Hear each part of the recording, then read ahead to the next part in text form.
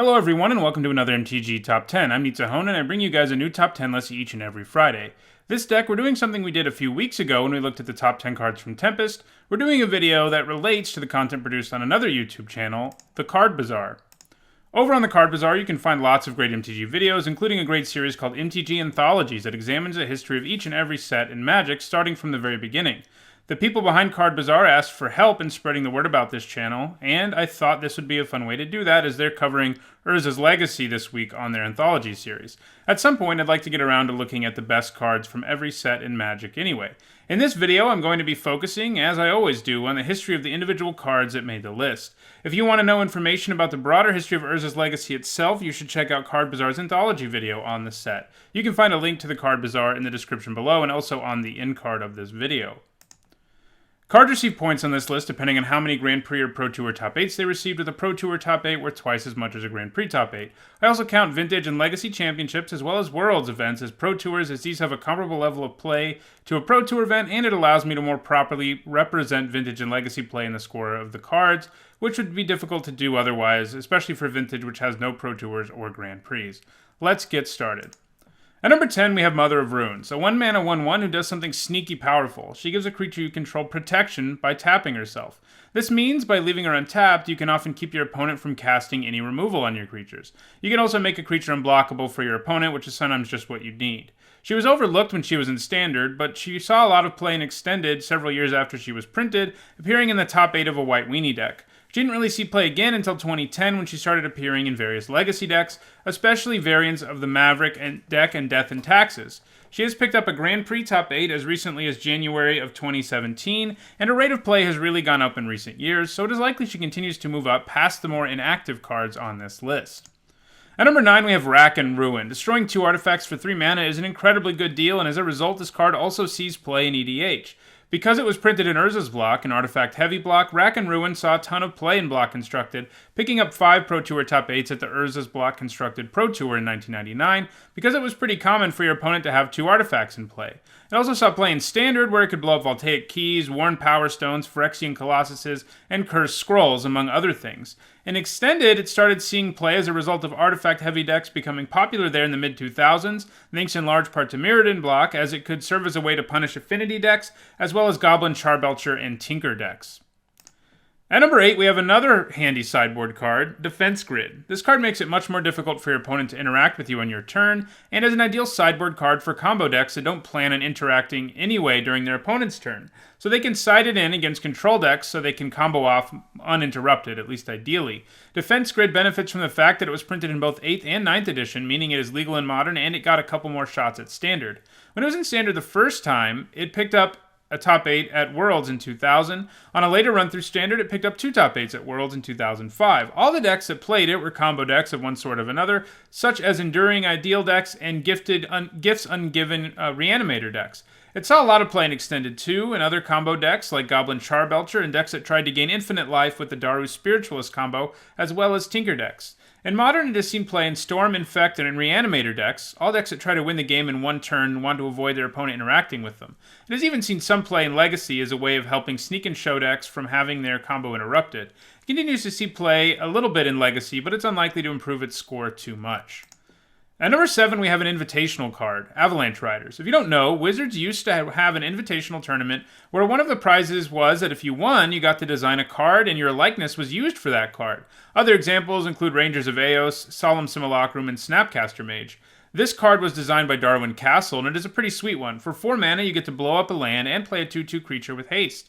That's a pretty great deal, and as a result, this guy has seen some play. He also benefits from appearing as a time-shifted card in Time Spiral, which gave him a second run through Standard and made him legal in Modern. It was also helped by the fact that absurdly powerful lands were printed in Urza's block, like Gaia's Cradle, so the ability to blow up lands was especially powerful. As a result, he saw play in the Urza's block Pro Tour 1999, picking up 3 top 8s there. He also put up some numbers his second run-through block, appearing in sideboards to punish greedy mana bases and powerful lands. In Standard, he saw play in decks that were built around land destruction, 2 of which finished in the top 8 of Worlds in 1999. At Worlds in 2000, he made 2 more top 8s. He has seen play in Modern 2, appearing in decks that could toolbox him into play to eliminate problem lands like the Tron lands in Birthing Pod decks. Most recently, in February of 2017, he for the first time appeared in a Living In deck that top 8 at a modern Grand Prix, where the Riders are particularly good because you can play it just to blow up a land and get it back later with living end and blow up another. The top 8 was his first in any format since the banning of Birthing Pod, and it could be a sign of more things to come for Avalanche Riders. At number 6, we have Erase. This card may not be exciting, but it is the best and most efficient way to get rid of enchantments in all of Magic. For only 1 mana, you get rid of one at instant speed, and it gets exiled, so if your opponent has any way of getting enchantments back, they're not going to be able to. Because it is the best it is at what it does, Erase saw a lot of play in sideboards. It was also reprinted in Magic 2013 and Khans of Tarkir, giving it more time to put up points. On its first run through Standard, it only put up 1 top 8, but it was at Worlds in 2000. Its second run through Standard was similarly quiet, this time 2 Grand Prix top 8s. But when it got reprinted in Khans of Tarkir, it saw a ton of play. This is because lots of decks ran enchantments at the time. Enchantment creatures like Courser of Kruphix were running around, and Jeskai Ascendancy and Whip of Erebos were all over the place, and this made Erase a great sideboard card. It put up all of its numbers in those 3 different runs through Standard, and you can bet if it ever gets reprinted again, it is likely to see some sideboard play because of how efficient it is. At number 5, we have Rancor, part of a cycle of auras, or enchant creatures as they were called at the time, that all came back to your hand if they went to their graveyard. Rancor was by far the most powerful of this cycle. 1 mana to give something +2/+0 that keeps coming back to your hand is stupid, and it also gives the creature trample. It was also reprinted in Magic 2013, which gave it a second run through Standard and made it legal in Modern. It picked up its first top 8 in 1999 at the Block Pro Tour, where it appeared in an aggressive green deck that had plenty of bodies to keep putting Rancor on. In its first run through Standard, it appeared in mono-green aggro decks commonly called Stompy. When it got reprinted, it first saw play in Infect decks, where Rancor could help poison the opponent even faster. But where it saw the most play was in the Bant Hexproof decks that ran a ton of powerful auras, and creatures who had Hexproof so that spot removal was useless against them, no matter how big the creature got. In Modern, it has seen play in Infected and Hexproof decks as well. In Extended, it saw play in Stompy decks, and Hexproof decks and Infect decks are on a bit of a downswing right now in Modern, but it won't take much for either of them to see some more play, so Rancor may not be done just yet. At number 4, we have what has to be one of the most powerful and overpowerful even uncommons of all time, Tinker. For 3 mana and an artifact, you not only got to search your library for an artifact, you got to put it into play. As a result of how stupid broken this card was, it had decks built around it trying to cheat the best possible thing into play on turn 3. At the Block Pro Tour New York in 1999, 5 of the top 8 decks ran a full 4 copies of Tinker, most of them trying to cheat Phyrexian Colossus into play on turn 3. Standard version of the decks had the same goal. The card was nothing short of dominant and extended, with Tinker appearing in all 8 of the top 8 deck lists at Pro Tour New Orleans in 2003, which resulted in Tinker getting banned out of Extended. It was just too powerful and too easy for the deck to basically win the game on turn 3. Today, the card still sees play in Vintage, the most powerful format in Magic, so that should tell you something. At number 3, we have Grim Monolith, one of the best mana rocks ever printed. The Monolith can ramp you to 6 mana on turn 3. That's not crazy or anything, right? They don't make mana rocks like they used to, that's for sure. But anyway, Grim Monolith saw a lot of play in block decks. It could help you power out Phyrexian Colossus if you couldn't cheat it into play, and do any number of other broken things. The fact that it didn't untap wasn't even that big of a problem thanks to Voltaic Key, which allowed you to add even more mana to your mana pool. It appeared in 6 of the top 8 decks at the Block Pro Tour in 1999. It also appeared in the standard version of Tinker, as well as in Wildfire decks, where keeping the Monolith in play meant you still had mana, and your opponent probably did not. It, of course, also saw play at Pro Tour New Orleans in 2003, the Pro Tour that resulted in the banning of Tinker from Extended. Monolith was so strong it even got banned out of Legacy and restricted in Vintage before it could do any damage there. It did get unbanned in 2010, and since then has seen a little bit of play in Legacy.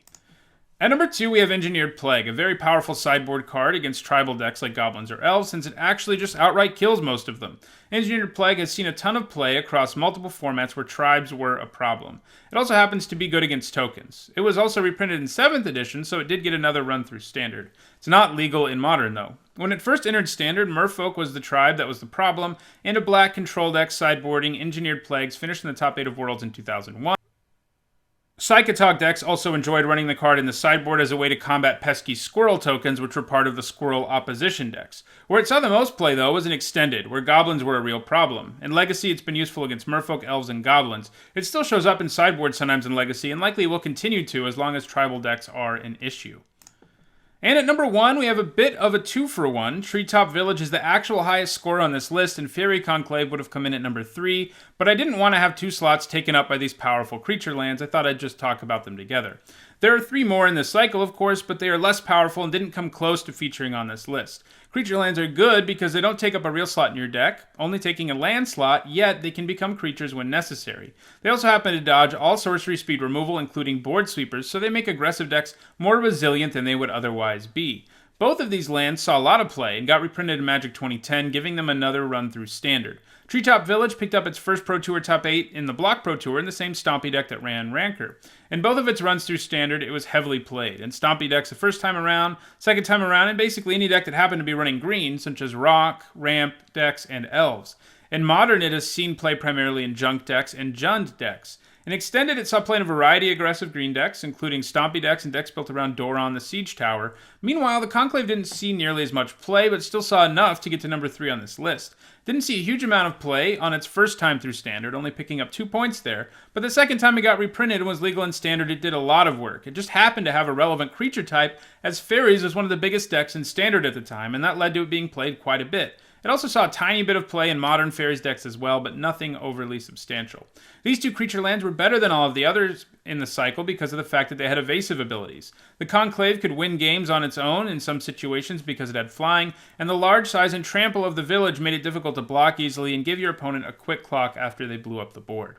Well, that does it for this week's MTG Top 10. Remember to check out the Card Bazaar for more information about Urza's legacy and other great MTG videos. If you enjoyed this video, don't forget to click the like button. If you have any questions about this video or suggestions for a future Top 10, let me know in the comments. If you want to make sure you catch more of my Top 10s and other great Magic content, don't forget to subscribe here. And you can also find more of my Top 10s over on the Ether Hub, a collaborative channel that I contribute content to.